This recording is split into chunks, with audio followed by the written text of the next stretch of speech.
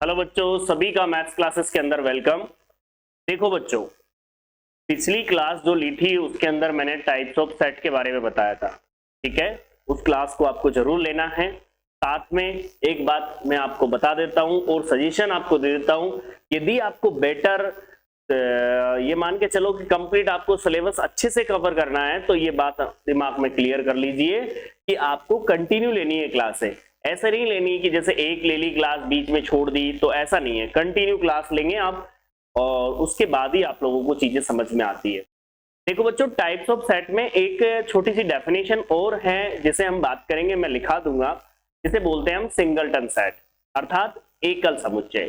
तो एकल समुच्चय की जो डेफिनेशन है वो क्या होती है वो सुन लीजिए। हम बात करें एकल समुच्चय,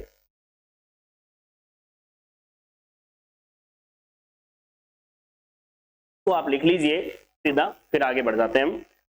एकल समुच्चय क्या होता है, लिखो, ऐसा समुच्चय जिसमें केवल एक अवयव विद्यमान हो। बिल्कुल जीरो लेवल की डेफिनेशन है। ऐसा समुच्चय जिसमें केवल एक अवयव विद्यमान हो एकल समुच्चय कहलाता है। क्लियर है? ठीक है, इसमें एक छोटा सा एग्जांपल दे लो बच्चों, a बराबर 0। आप देखिए इसमें कितने अवयव हैं, एक अवयव है ना, 0 की जगह और कुछ ले लो, जैसे a ले लिया मैंने, या फिर एग्जांपल में जैसे 2 ले लिया। ये सब क्या है, आपके सिंगलटन सेट है, जिसे हम एकल समुच्चय के नाम से जानते हैं। कोई प्रॉब्लम? को नोट डाल करके आप लिख लो छोटा सा। अब चलता है हमारा आज का टॉपिक, जिसे हमको प्रॉपर तरीके से ध्यान देना है। देखो बच्चों, नाम सुना होगा आप लोगों ने। एक बात याद रखें, हम पढ़ क्या रहे हैं, डिस्क्रीट मैथमेटिक्स। ऐसा कंसेप्ट है बहुत ही अच्छा, और बहुत ही अच्छा आपका पेपर है इस बार का। अच्छा स्कोर कर सकते हो यदि आप प्रॉपर तरीके से ध्यान दो। देखिए बच्चों, सबसेट, सबसेट क्या होता है इसके बारे में हम बात करेंगे। सबसेट, इसको किस नाम से जानते हैं बच्चों? उप समुच्चय के नाम से जानते हैं सबसेट को। ठीक है, क्या होता है सबसेट, इसके बारे में आप लोगों को पता होगा। ध्यान दीजिए, सबसेट का मतलब ए, कोई समुच्चय ए, बी का सबसेट कब कहलाता है, ध्यान से सुनिए। जैसे ए कोई सेट है आपका, ए और बी, दूसरा आपको सेट दे दिया बी। बच्चों, बी कैसा है, ए बी सी डी और ई, ये कोई सेट है। आप बताइए ए का प्रत्येक अवयव किसमें विद्यमान है, बी में है या नहीं है, बताइए। मतलब ए पूर्ण रूप से किसमें विद्यमान है, बी में। तो इसे पढ़ेंगे हम ए सबसेट बी। ए का, ए किसका सबसेट है बच्चों, बी का। परिभाषा क्या निकल के आई कि ए समुच्चय ए बी का उपसमुच्चय कहलाता है यदि ए का प्रत्येक अवयव किसमें विद्यमान हो, बी में विद्यमान हो। तो इसे पहले नोट करें और फिर हम एक एग्जांपल लिखेंगे, जो ये मैंने लिख दिया। नोट कर ले, क्योंकि आपको पता है कि अपन क्या बोले थे आपसे कि प्रॉपर आपको नोट्स बनाने हैं, साथ के साथ आपको नोट भी करना है। तो लिखिए बच्चों, लिखिए, समुच्चय ए, समुच्चय ए, लिखना स्टार्ट करो। समुच्चय ए किसी समुच्चय बी का, समुच्चय ए किसी समुच्चय बी का, समुच्चय ए किसी समुच्चय बी का एक उपसमुच्चय कहलाता है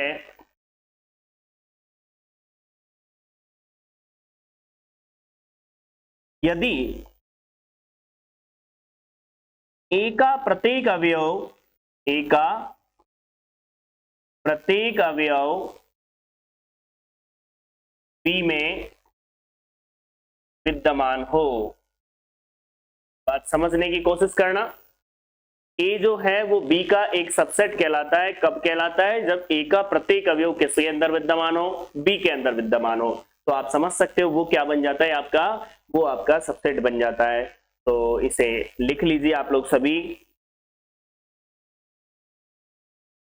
इसे किससे व्यक्त करते हैं बच्चों, देखिए बच्चों, इसे हम किससे व्यक्त करेंगे,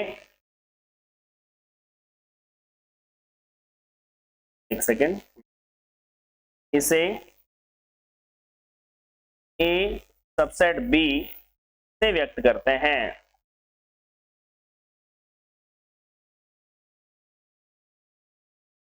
तो जो आपका क्या है, यदि ए बी का सबसेट है तो ए का प्रत्येक अवयव किस में विद्यमान होगा, बी में विद्यमान होगा। तो वो क्या होता है, ए सबसेट बी, और इससे शो करते हैं। एक एग्जांपल लिख लो छोटा सा, ए बराबर ए बी और बी बराबर ए बी सी डी ई। तो बताइए ए किसका सबसेट हो गया, बी का। सिंपल सा लिख लीजिए, फटाफट लिख लीजिए।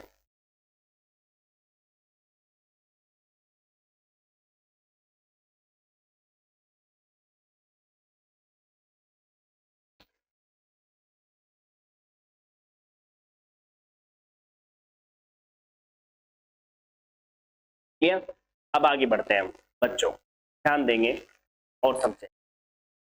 सबसेट का नाम सुना है आपने कि सबसेट क्या होता है, कि ए बी का सबसेट तब बनता है जब ए का प्रत्येक अवयव बी में विद्यमान होता है। ये बात बिल्कुल क्लियर हो गई। अब यदि मैं कहूं कि बी ए का सबसेट कब बनेगा, जब बी का प्रत्येक अवयव ए में विद्यमान होगा। एक बात मैं आपसे पूछूं यहां पर, देखिए बच्चों, आगे बढ़ाता हूं मैं इसको, सुनिए ध्यान से।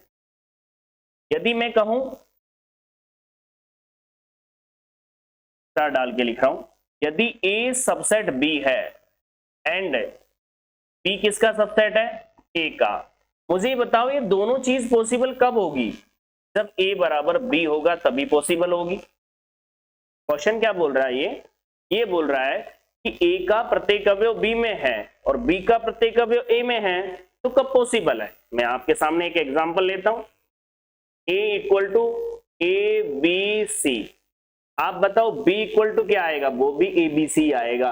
नहीं तो एक बात बताओ, ए का प्रत्येक अवयव बी में और बी का प्रत्येक अवयव ए में कैसे होगा। तो जब भी आपको किसी को बराबर सिद्ध करना होता है तो आप क्या करते हो, ए सबसेट बी दिखा देते हो और बी सबसेट ए दिखा देते हो। तो क्या कह देते हो आप, दोनों को मिला करके कि ए बराबर बी होगा, ये तभी पॉसिबल है। ठीक है, तो स्टार डाल के लिख लो इसको, जो कई जगह हम काम में लेंगे। कई जगह जैसे ए बराबर बी कोई भी इक्वेशन है उसको हम प्रूफ करेंगे, तो प्रूफ करने के लिए आप क्या करोगे, ए सबसेट बी और बी सबसेट ए शो करने पर ए इक्वल टू बी हम, ठीक है। तो इसे लिख लीजिए, आप लोग नोट कर लो इसको और पूरे एनर्जी होकर के पढ़े, ऐसा नहीं सुस्त होकर के पढ़ रहे। बहुत इंटरेस्टिंग बातें हैं, ये सब चीजें पहले से पढ़ी हुई चीजें हैं जिसे मैं आपको वापस याद दिला रहा हूं। तो ये मान के चलो कि ये आपका एक बेस रहेगा इस चीज का। ठीक है भाई, ओके, आगे बढ़ जाए। चलिए तो आगे बढ़ जाता है। इसके बाद सबसेट की बात आ रही है बच्चों। सबसेट, देखो किसी भी सबसेट की बात करूं, जैसे मैंने कोई एग्जांपल लिया आपके सामने, ए कोई एग्जांपल ले लिया बच्चों, जैसे ए बी और सी। ठीक है बच्चों, आपसे कहा गया कि बताओ इसके सबसेट कितने बनेंगे। तो पहली चीज तो सबसेट बनाते हैं। सबसेट का मतलब क्या होता है, देखो प्रत्येक सेट का जो होता है वो रिक्त समुच्चय तो क्या होता है, हमेशा सबसेट होता है। देखो हम 11th को उठाएंगे नहीं, हम केवल बेसिक चीज लेंगे, समझ रहे हो मेरी बात को। तो देखिए इसके सबसेट बनाता हूं मैं, उप समुच्चय। देखिए एक तो फाई बन गया, एक ये स्वयं बनता है। किसी भी सेट का सबसेट जो होता है, फाई तो होता ही होता है, खुद भी तो होता है, एक स्वयं भी तो होता है। इसके अलावा देखो ए, फिर कौन सा बी, फिर कौन सा सी। अब दो दो के पेयर चलेंगे, बताइए ए और बी, फिर बताइए मुझे बी और सी, और फिर बताइए ए और सी। बताओ इसके अलावा कोई बन रहा है, बताइए, नहीं बन रहा है ना। देखो एक तो फाई, एक स्वयं, और फिर सिंगल अवयव और साथ में डबल डबल, सब आ गए। इनके अलावा कोई सबसेट नहीं बन रहा है इसका। एक बात बताओ मुझे, यहां पर ध्यान से सुनेंगे आप लोग समझने के लिए। इस सेट के स्वयं और ये रिक्त समुच्चय क्या होते हैं, इम्प्रॉपर। जबकि दो तरह के सबसेट होते हैं आप जानते हो, एक तो होता है आपका कौन सा, उचित सब ग्रुप, सॉरी उचित उप समुच्चय। ठीक है ना, ग्रुप वाली बात याद आ गई, क्योंकि जाकर के फिफ्थ सेमेस्टर में आप पढ़ोगे ग्रुप थ्योरी, तब बातें आएगी आपको याद। तो यहां ध्यान दोगे आप लोग यहाँ पर कि ये क्या होता है, ये तो इम्प्रॉपर होता है। ठीक है, जिसे विषम उप समुच्चय भी हम बोल देते हैं। स्वयं और फाई, इनके अलावा जो कोई सबसेट होता है उसे क्या बोला जाता है, प्रॉपर सबसेट। ये सबके सब कौन से सबसेट है, ठीक है, ये कौन सा हो गया, इम्प्रॉपर सबसेट। देखो बच्चों ध्यान से सुनेंगे आप लोग, कितने बने ये मुझे बताओ, गिनो, 1 2 3 4 5 6 7 8। इसका मतलब समझ रहे हो, इसका मतलब इनकी संख्या कितनी रही, 2 की पावर n, मतलब 2 की पावर n नहीं, 2 की पावर 3।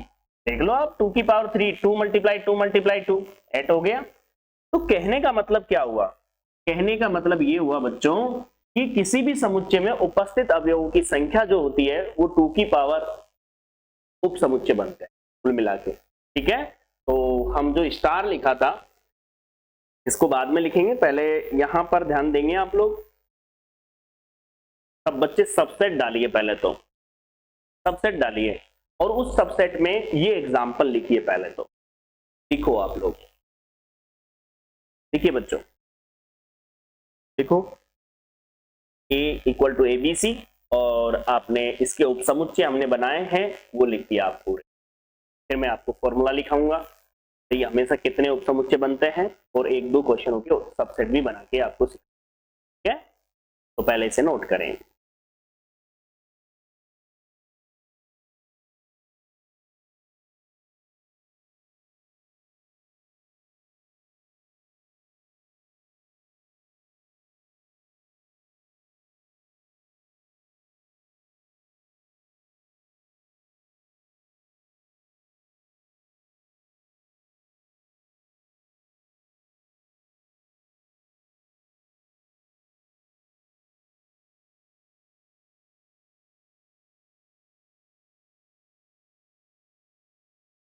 ठीक है, आगे बढ़ जाए। अब देखिए मैं क्या आपके सामने बोल रहा हूं, इस पर गौर करेंगे। यदि किसी समुच्चय में, किसी समुच्चय में स्मॉल n अवयव उपस्थित है, स्मॉल n अवयव उपस्थित है, तो इसके बनने वाले उपसमुच्चयों की संख्या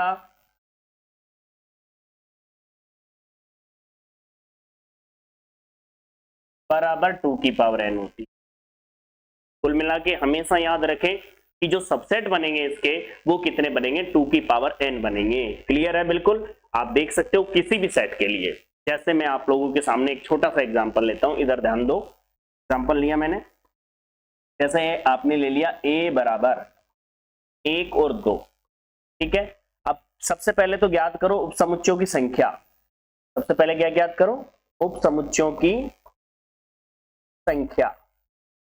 बच्चों उपसमुच्चयों की संख्या ज्ञात करूंगा तो 2 की पावर कितना आएगा, 2। कितना बनेगा वो बताइए मुझे, 4।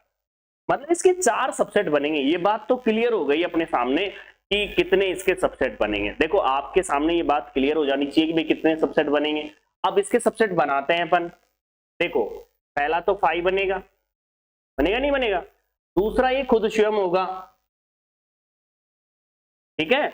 और एक बनेगा ये 1, फिर अगला क्या बनेगा 2, ये बन गए देखो 4। गिन लो आप उपसमुच्चयों, 1 2 3 4।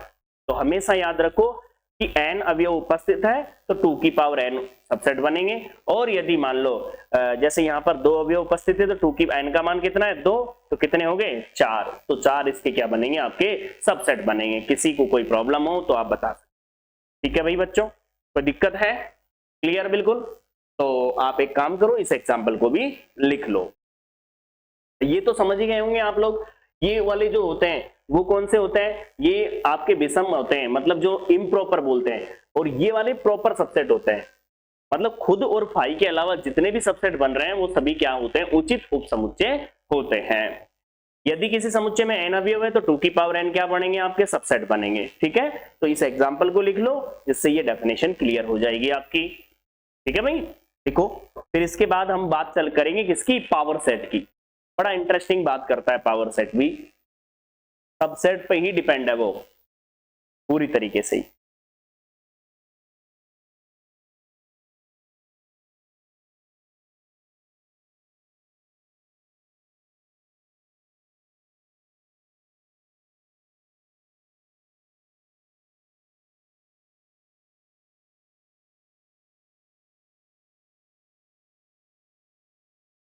बुक जरूर लानी है आप लोगों को, ठीक है, जेपीएच की आपको बुक लानी है और इसे आपको पढ़, ठीक भाई, आगे बढ़ जाए। तो आगे बढ़ते हैं और हम जिक्र करते हैं किसका, पावर सेट, किसका, पावर सेट का, घात समुच्चय का। देखें आप लोग और समझें, पावर सेट किस नाम से जानेंगे, घात समुच्चय के नाम से जानेंगे बच्चों। कंसेप्ट को हम पढ़ते हैं और समझ, देखो इस कंसेप्ट को समझने के लिए ना ज्यादा कुछ सोचना नहीं है। ये सोचो कि जो किसी भी सेट के जितने सबसेट बने हैं ना अपने, जैसे कि सेट है और उस सेट के जितने हमारे सबसेट बने हैं, उप समुच्चय बने हैं, उन सबका एक समुच्चय ही पावर सेट कहलाता है। जैसे आपके सामने मैं एक एग्जांपल लिखता हूं, ध्यान से सुनो, एग्जांपल यहां लिखता हूं, फिर डेफिनेशन लिखूंगा ना मैं वहां पर। एग्जांपल मैंने लिखा ए बराबर, जैसे मैंने दो अवयव के ले लिया, ये 2 और 3 ले लिया। अब आपसे पूछा गया कि बताओ बच्चों इसका पावर सेट बनाइए, तो पावर सेट बनाने से पहले बच्चों इसका क्या बनाएंगे हम, पावर सेट बनाने से पहले क्या बनाएंगे, ये सबसेट बनाएंगे। तो देखो सबसेट, सबसे पहले उपसमुच्चय बनाते हैं इसके, उपसमुच्चय, उपसमुच्चय की बात करूं तो कौन कौन से होंगे, फाई होगा और ये स्वयं होगा 2 और ये 3, बन गए सभी, 2 की पावर n था, 4 बनेंगे, 4 बन गए।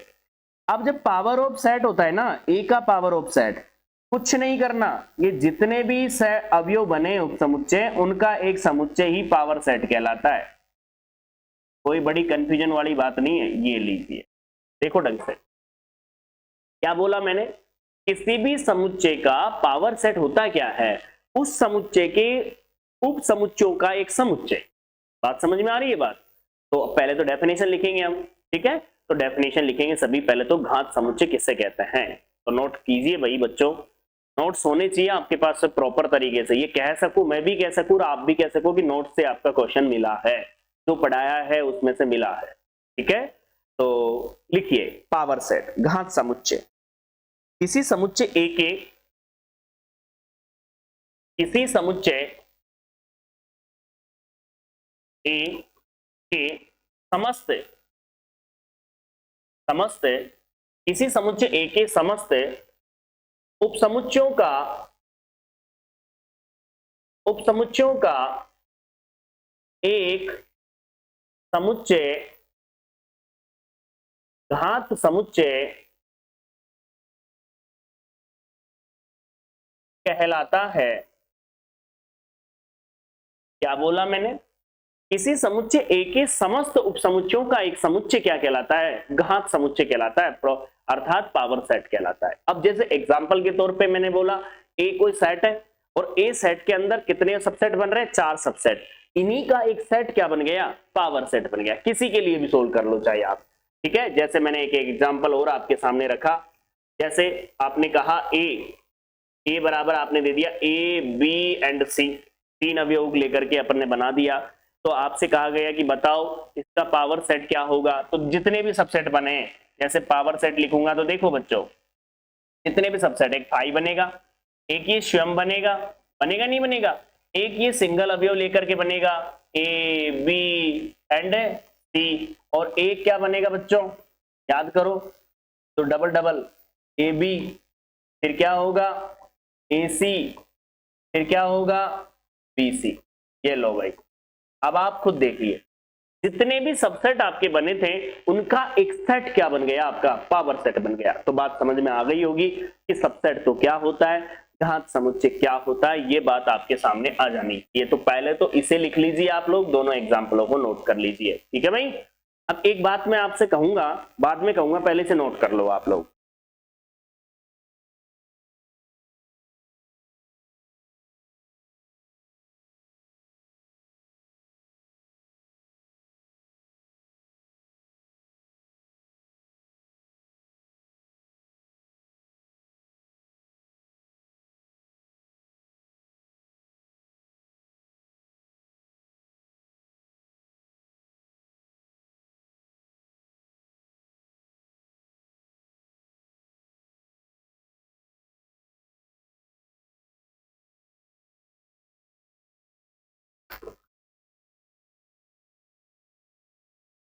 देखो बच्चों, आगे बढ़े हम।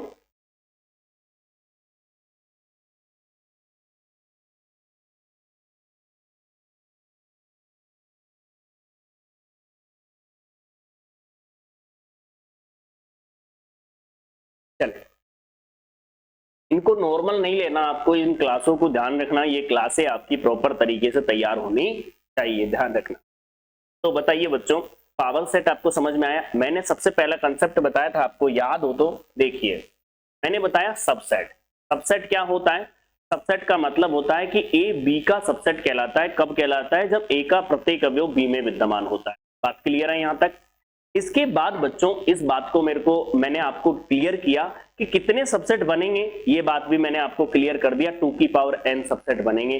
n अवयव वाला सेट है तो कितने बनेंगे? 2 की पावर n। अब जितने भी अवयव होंगे उस हिसाब से बन जाएंगे। हर सेट का फाई तो सबसेट होगा ही होगा, तो हमेशा फाई तो बनाना ही बनाना है और साथ में स्वयं भी बनाना है। एज इट इज 2 सेट तो ऐसे ही बन गए, देखो ये। लेकिन ये कौन से होते हैं? इम्प्रॉपर होते हैं। प्रॉपर कौन से होंगे? इनके अलावा जो होंगे वो प्रॉपर होंगे। अब इसके बाद ध्यान से सुनेंगे आप लोग। हमने बात की कि यदि किसी समुच्चय में n अवयव उपस्थित है तो उप समुच्चयों की संख्या 2 की। मैंने पावर सेट की बात की थी आपसे अभी, घात समुच्चय की। तो देखो बच्चों, घात समुच्चय में जितने उप समुच्चय बने हैं ना, उन सबका एक समुच्चय ही घात समुच्चय कहलाता है। ये बात भी क्लियर हो गई आपके? अब मैं आपसे पूछना चाहता हूं कि बताओ इसमें अवयव कितने होंगे? भाई 2 की पावर n ही अवयव होंगे, क्योंकि जितने सबसेट बने हैं वही तो अवयव है इसके। तो आपको कोई लिखने की जरूरत नहीं है। आपसे पूछा गया कि बताओ भाई कि इसके कितने अवयव होंगे, सीधा है 2 की पावर n अवयव होंगे। गिन लो आप, इतने ही अवयव बन रहे हैं। देखो आप, इसके कितने बनेंगे? 8। 1 2 3 4 5 6 7 8। इसका मतलब क्या हुआ? अवयवों की संख्या कितनी होगी घात समुच्चय में? 2 की पावर n होगी। ये बात क्लियर हो गई? तो मैंने आपको सबसेट बताया और उसके बाद पावर सेट के। ठीक है, अब मैं आपके सामने एक छोटा सा एग्जांपल लेता हूं जिसको आपको समझ है। चलो, आपको एग्जांपल लिया मैंने, जैसे a बराबर आपके पास दे दिया मैंने 0। अब इसका पावर सेट बनाना है हमको। पहले तो ये बात बताओ, ये कौन सा सेट है? सिंगलटन सेट है कि नहीं है? एकल समुच्चय है कि नहीं है? पहले तो ये बात बताओ, कौन सा सेट है? एकल समुच्चय। मुझे बताओ, इसके अपन को बनाना है सबसेट। कौन बनेगा? एक तो फाई बनेगा और एक कौन बनेगा? एक स्वयं बनेगा। बनेगा नहीं बनेगा? अब चलो फॉर्मूला लगाते हैं, कितने बनेंगे? 2 की पावर n। n का मान कितना है? 1। कितने बनेंगे भाई? अरे भाई अवयव जीरो मत मानो, ये जीरो यहाँ पर अवयव है। इसका मतलब कितने अवयव है? 1। तो एक अवयव है तो कितने बनेंगे? 2 की पावर 1 अर्थात 2। एक तो फाई और एक स्वयं। क्लियर सी बात है? इसका यदि पावर सेट लिखा जाएगा तो p ऑफ a लिखा जाएगा। इसी को सेट में बंद कर दिया गया, ये बन गया आपका पावर सेट। बात समझ में आ गई होगी? ठीक है, चलूं मैं आगे। देखो ये चीजें वैसी है जो खूब पढ़ के आए हो आप, बहुत अच्छे से पढ़ी आप लोगों ने। बस मैं एक ही बात कहता हूं, प्लीज सबसे कहता हूं इस बात को कि हर चीज को तैयार कर दो। और मैं मानता हूं कि आपको गवर्नमेंट का टारगेट रखना है, लेकिन एक फ्लो में रखना है। ऐसा नहीं रखना एकदम ही आप कहते हैं ना सबसे ऊंचाई पर पहुंच जाओ, ऐसा नहीं है। सीक्वेंस होना चाहिए। आप फर्स्ट ईयर में आए हो, अब फिक्स कर लो अपना टारगेट, हमें ये करना है और उसके लिए वर्क करना स्टार्ट कर दो, मेहनत करना है। कई बार क्या होता है, बच्चा ये सोचता है ठीक है एक ही दिन में आरए से आईएएस बनता है। अब आप खुद सोच के देख लो, ऐसा पॉसिबल है? तो अपने आप को धरातल पर रख करके काम करें, जो बनते हैं उनसे बात करें, पता चल जाएगा आपको कि उन्होंने कितनी मेहनत की है, उसके बाद वो उस मुकाम को पाया। ठीक है, कई बार ऐसा होता है ना, अरे ये लग गया वो लग गया, और पहले लगा है वो उससे पूछो तो सही कितनी मेहनत हुई है उसकी। ठीक है भाई, तो यहाँ पर ध्यान देंगे हम, और मैं मानता हूं कि आप अपने लक्ष्य को फिक्स कर लेंगे और उसी पे वर्क करेंगे। वर्क का मतलब है एक तो आप विजन को लेके चलोगे, साथ में आप जिस कंपटीशन में जाना चाहते हो उसको भी लेके चलो, आराम से रिलैक्स से। बर्डन नहीं लेना, क्योंकि जब एक भी रास्ता आपने छोड़ दिया ना तो फिर एक की टेंशन दिमाग खराब होती है। ये पढ़ाई भी करो और जो जनरल जीके वगैरह का पेपर है वो भी पढ़ा करो। के लिए आप बुक ले लो या फिर फिक्स कर लो भाई आपको आज महाराणा प्रताप पढ़ना है तो महाराणा प्रताप के बारे में आप पढ़ो जब आप खाली समय हो। तो ये ध्यान रखें, जिससे आपको दोनों तरफ स्ट्रेस नहीं रहेगा। कई बार बच्चा सोचता है ग्रेजुएशन की, आप तैयारी नहीं की हमने, तो वो दोनों चीजें कर सकता है, लेकिन फ्लो में। अभी आप फोरम बनने से ज्यादा बढ़िया है कि आप उस फोकस करो उस पॉइंट पर जो आप फिक्स कर लिया कि मुझे रेलवे में जाना है, तो उस हिसाब से तैयारी करते। ठीक है भाई, धीरे धीरे चलो उस चीज के लिए। चलो मैं, हाँ जी भाई। अब अगला टॉपिक आप लोगों ने देखा होगा, दो समुच्चयों का कार्तीय गुणन। दो समुच्चयों का कार्तीय गुणन, दो सेट आपको दे रखे हैं और उसका कार्तीय गुणन क्या होता है उसके बारे में हम बात कर बच्चों। चले भाई, तो सीधे सीधे हम चल लेते हैं। माना हमने ए और बी दो आपको सेट दिए हुए हैं, तो ए क्रॉस बी कैसे डिफाइन होता है बच्चों? ऑर्डर पेयर के रूप, जैसे ए कोमा बी। फिक्स है कि पहला अवयव ए में होता है तथा दूसरा अवयव जो होता है वो किस में होता है? बी में होता है। मतलब ए क्रॉस बी जो डिफाइन होता है वो ऑर्डर पेयर पर डिफाइन होता है, अर्थात क्रमित युग्म के रूप में अवयव आता है ए कोमा बी के रूप में। ध्यान रखें कि पहला जो अवयव आता है वो तो आता है ए का, और दूसरा जो अवयव आता है वो किसका आता है? बी का। और बीच में क्या यूज करते हैं? तथा यूज। क्लियर सी बात है।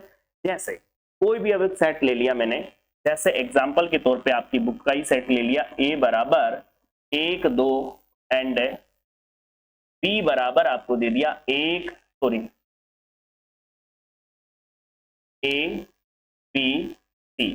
बच्चों एक बात बताओ, जब मैं ए क्रॉस बी लिखा जाएगा तो बताइए 1 का मल्टीप्लाई अर्थात 1 का रिलेशन किससे जाएगा?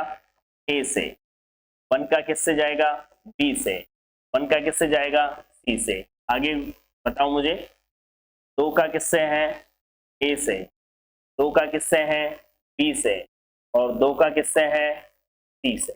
मुझे बताओ मैंने क्या किया है यहाँ पर, ये देख के बताओ मैंने क्या ज्ञात किया है, ये बता दीजिए मुझे। ए क्रॉस बी ज्ञात किया है मैंने, ठीक है। और ए क्रॉस बी जो ज्ञात किया है उसमें अवयवों की संख्या बताओगे मुझे कितनी है? 1 2 3 4 5 6। मैं पूछना चाहता हूं ए में नंबर ऑफ एलिमेंट कितने हैं? ए में नंबर ऑफ एलिमेंट कितने हैं बताओ? ए में 2। और बी में नंबर ऑफ एलिमेंट कितने हैं? 3। तो इसका मतलब क्या हो गया? Implies n number of element A cross B में कितने होंगे? 3 गुणा 2, अर्थात कितने आ गए? बात समझ में आ रही होगी मैंने जो कार्तीय गुणन में ए क्रॉस बी में अवयवों की संख्या कितनी होती है आपकी? जैसे इसको अपन ने m माना, इसको n माना, तो m मल्टीप्लाई n। ठीक है, तो आप देखिए, आप इसमें प्रत्येक अवयव कैसा है मुझे बताओ। प्रत्येक अवयव बताओ। पहला अवयव ए में, दूसरा अवयव बी में। चेक कर लो आप ए क्रॉस बी में। 1 किस में बिलो करता है? ए में। बी ए किस में बिलो करता है? बी में। हर अवयव में यही प्रॉपर्टी है, देख लो आप। ऑर्डर का विशेष रोल है, ऐसा नहीं है कि ए कोमा 1 है। देखो ए कैपिटल ए में बिलो नहीं कर रहा, तो विशेष रूप से ध्यान रखेंगे ये प्रॉपर्टी आपके सामने होनी चाहिए कि दो समुच्चयों का कार्तीय गुणन इस तरह से परिभाषित होता है। ठीक है, क्लियर है भाई? कोई दिक्कत है तो पहले तो इसे लिखो, दो समुच्चयों का कार्तीय गुणन, और उसके बाद ये एग्जांपल लिखो, फिर मैं आपको नोट लिखाऊंगा। ठीक है, तो पहले ये नोट करें भाई, सभी करिए नोट। और सभी बच्चे ध्यान दें, इन क्लासों को आप लेकर के नोट्स बनाते रहें, और साथ में बच्चों जो आगे क्लासें आने वाली हैं उसके लिए भी आप तैयार रहें। जैसे आपका कंसेप्ट स्टार्ट होता है तो बच्चे ज्यादा से ज्यादा इस वीडियो को शेयर करते रहिए, ज्यादा से ज्यादा बच्चे जुड़ पाएं, और जो लाइव क्लास रहे, लाइव सेशन रहे, उसके अंदर बच्चे आ पाएं और उन्हें बेनिफिट हो पाए। ठीक है भाई, आप लोग से नोट कर लो।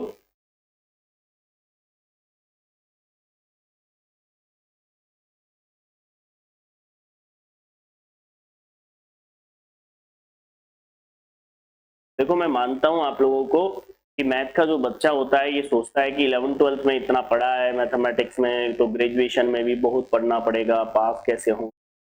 आप लोग सोच सकते हो पास होना कोई जटिल बात नहीं है, बस अब बच्चा पढ़ेगा ही नहीं तो आप भी जानते हो पास होने में क्या है, वो तो फिर पास नहीं होगा। किसी भी सब्जेक्ट में कर लो, आप बीए ही कर लो चाहिए, वो तो तभी पास होगा जब पढ़ेगा। हाँ जी, लिख लिया।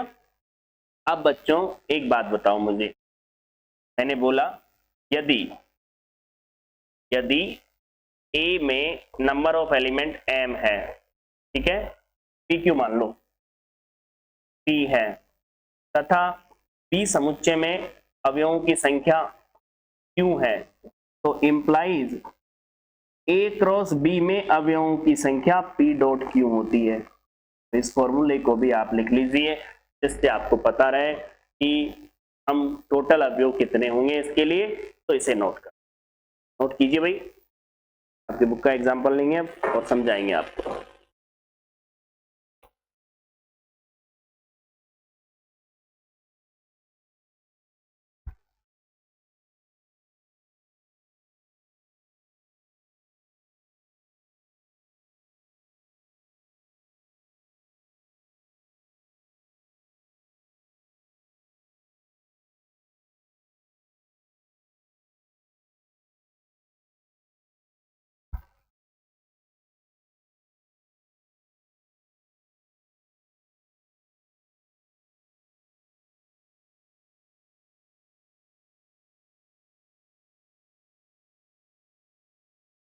कर लिया नोट आप लोगों ने? अब आप देखिए, कुछ बातें आप लोगों के सामने हैं, यदि आप लिखना चाहो तो लिख सकते हो। देखिए मैं आप लोगों के सामने थोड़ा सा बोलता हूँ। सबसे पहली चीज तो, यदि दोनों सेट में से यदि मैं कहूं कि ए अपरिमित है, ठीक है ना, और बी क्या है, परिमित है, ठीक है, हमेशा याद रखें कि जो ए क्रॉस बी मिलेगा वो क्या मिलेगा, अपरिमित मिलेगा। अब इसमें से कोई सा भी हो सकता है, या फिर ए फाइनाइट हो गया और बी क्या हो गया, इनफाइनाइट हो गया, उल्टा हो गया, तो भी ये वाला जो है ए क्रॉस बी वो कौन सा मिलेगा, इनफाइनाइट मिलेगा। बात समझ में आ गई होगी आपके कि दोनों में से यदि एक सेट इनफाइनाइट है तो ए क्रॉस बी हर हाल में क्या मिलेगा, आपका इनफाइनाइट सेट। ठीक है, एक जनरल चीज थी जो आपको समझनी थी। ठीक है, हाँ जी भाई बच्चों, इसको मैं रफ कर देता हूं।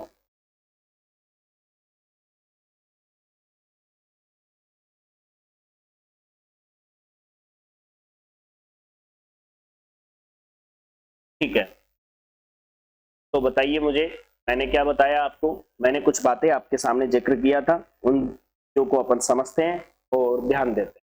ठीक है बच्चों, सबसे पहली चीज मैं नेक्स्ट पेज पर लेता हूं आप लोगों को सब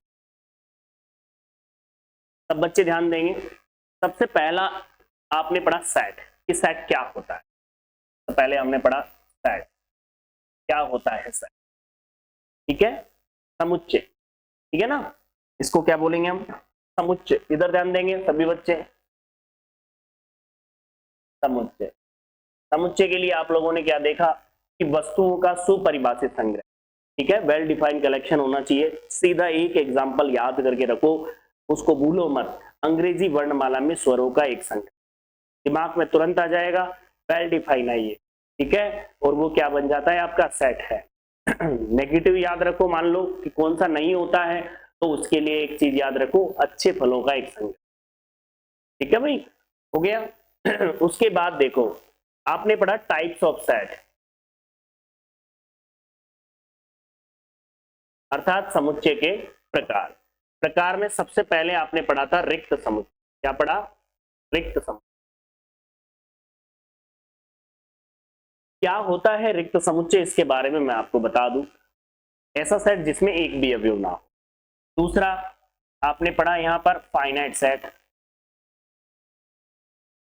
इसे किस नाम से जानेंगे बच्चों, परिमित समुच्चय के नाम से जानेंगे। तो बताओ बच्चों, परिमित समुच्चय क्या होता है, ऐसा समुच्चय जिसमें अवयवों की संख्या फाइनाइट हो। तीसरे नंबर पर पढ़ा आपने इनफाइनाइट सेट। इनफाइनाइट का मतलब क्या होता है, अपरिमित समुच्चय। नाम में ही स्पष्ट हो रहा है कि ऐसा सेट होगा जिसमें अवयवों की संख्या कितनी होगी, इनफाइनाइट होगी। क्लियर है।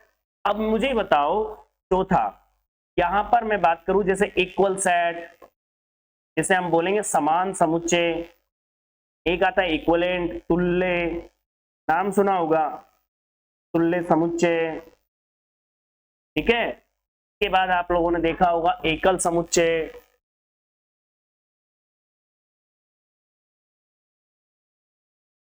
और फिर आपने देखा होगा सबसेट, फिर आपने देखा होगा पावर सेट, बताइए। फिर देखा होगा आपने दो समुच्चयों का कार्तीय गुणन A क्रॉस B, बताइए। ये पूरी की पूरी चीजें मैंने आप लोगों के सामने बताई। थोड़ा थोड़ा बेसिक जो नॉलेज है वो आप लोगों ने लिया। एक बात याद रखना, आप जो बच्चे किताब नहीं लाए, बुक नहीं लाए, तो वो ले आए मार्केट से, जिससे आप पढ़ाई प्रॉपर से कर पाए। जब क्वेश्चन चलेंगे एक्सरसाइज में तब फिर आपको दिक्कत आएगी, क्योंकि अभी तक तो जो कंसेप्ट है वो ऐसा है जो आपने पहले पढ़ा हुआ था, तो उसमें इतनी प्रॉब्लम नहीं आती। लेकिन जब नया कोई कंसेप्ट चलता है तो आप लोगों को बड़ी दिक्कत आएगी यदि बुक नहीं होगी तो। दूसरी बात, आप लोग अपने आप के रूटीन में भी बदलाव करें। अब तक जो हो गया ठीक है, लेकिन अब आपके पास 3 महीने हैं ज्यादा से ज्यादा, आप लगा के देख लीजिए। तो प्रॉपर आपको पढ़ाई करनी है, तभी जाकर के आप क्या कर पाओगे, कंप्लीट आप पढ़ पाओगे और अच्छे से रिजल्ट दे पाओगे। ठीक है भाई, सभी बच्चों को मैं बोलता हूं, सभी बच्चे पढ़ना स्टार्ट कर दीजिए। और नेक्स्ट क्लास में हम बात करेंगे किसकी, वेन डायग्राम की। आपने पढ़ा होगा समुच्चयों में संक्रियाएं, जैसे यूनियन पढ़ा होगा, इंटरसेक्शन पढ़ा होगा, पढ़ा है ना आपने, यूनियन, इंटरसेक्शन, ए डैश बोलते हैं आप, पूरक समुच्चय पढ़ा होगा। तो ये सारी चीजों के बारे में हम जिक्र करेंगे, साथ में वेन डायग्राम के बारे में भी बताएंगे आपको। उसी के माध्यम से हम आगे चलें और उसी के माध्यम से क्वेश्चन भी करेंगे, क्योंकि आगे जाकर के जो एक्सरसाइज है उसमें आपके क्या है, क्वेश्चन भी है जो वेन डायग्राम के माध्यम से आप सोल्व कर पाओ। ठीक है भाई, नेक्स्ट क्लास में हम आगे चलते हैं, यहाँ तक आप कंप्लीट करें और साथ में पढ़ें। ठीक है भाई, और एक ही चीज आप लोगों से बोलता हूं मैं, अपनी पढ़ाई स्टार्ट कर दीजिए, खुश रहिए और पॉजिटिव एनर्जी के साथ अपनी पढ़ाई कीजिए। थैंक यू भाई आज के लिए, कल नेक्स्ट क्लास में आगे की बात करते हैं।